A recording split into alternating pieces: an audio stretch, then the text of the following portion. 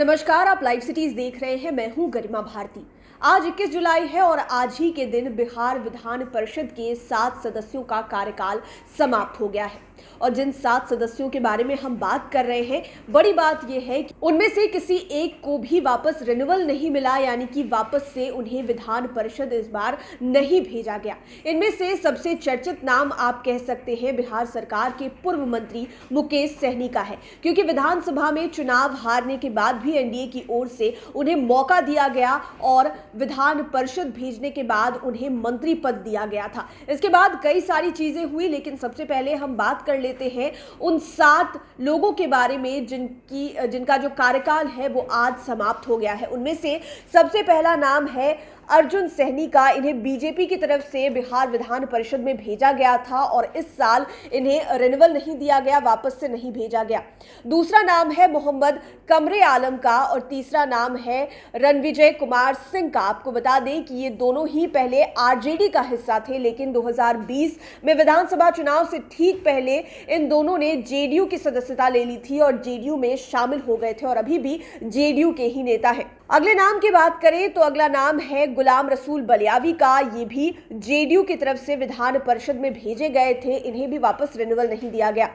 अगला नाम है रोजीना नाजीश का। जेडीयू की तरफ से इन्हें परिषद में भेजा गया था। इनके पति तनवीर अख्तर के निधन के बाद इन्हें विधान परिषद में भेजा गया था और एक बार फिर से इन्हें परिषद में भेजने का फैसला जो है वो नहीं लिया गया। अगला नाम जो है वो मुकेश सहनी का है, वीआईपी के प्रमुख हैं। इसके अलावा बिहार सरकार में मंत्री रहे। एनडीए की तरफ से इन्हें बिहार विधान परिषद में भेजा गया था, लेकिन इनका कार्यकाल समाप्त हो गया है। और किस तरह की चीज़ें हुई थी, कैसे सिचुएशंस थे आपने देखे, इसी वजह से मुकेश सहनी को दोबारा चांस नहीं दिया गया। अंतिम नाम है सीपी सिन्हा का, जिन्हें आप चंदेश्वर प्रसाद सिन्हा के नाम से भी जानते हैं।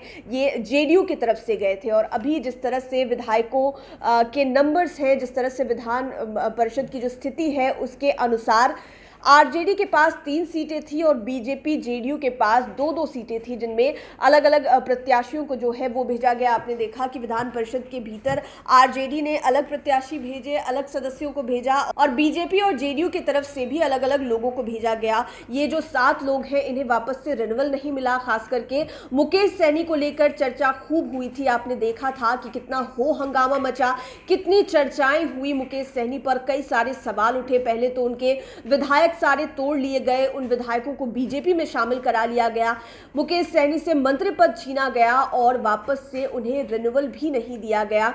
आपको पता होगा कि बिहार विधानसभा चुनाव से ठीक पहले मुकेश सहनी महागठबंधन से नाता तोड़कर एनडीए में शामिल हो गए थे, जिसके बाद उन्हें मंत्री भी बनाया गया था। वो चुनाव हार गए थे, लेकिन उसके बाद भी एनडीए की ओर से बिहार विधान परिषद के भीतर उन्हें भेजा गया था, जिनका कार्यकाल आज समाप्त हो गया है। लाइव सिटीज के साथ आप बने रहें। अगर अभी तक आपने हमारे चैनल को सब्सक्राइब नहीं किया है तो जरूर कर लें। ये वीडियो फेसबुक पर देख रहे हैं तो पेज को लाइक करें। आप हमें ट्विटर पर भी फॉलो कर सकते हैं। धन्यवाद।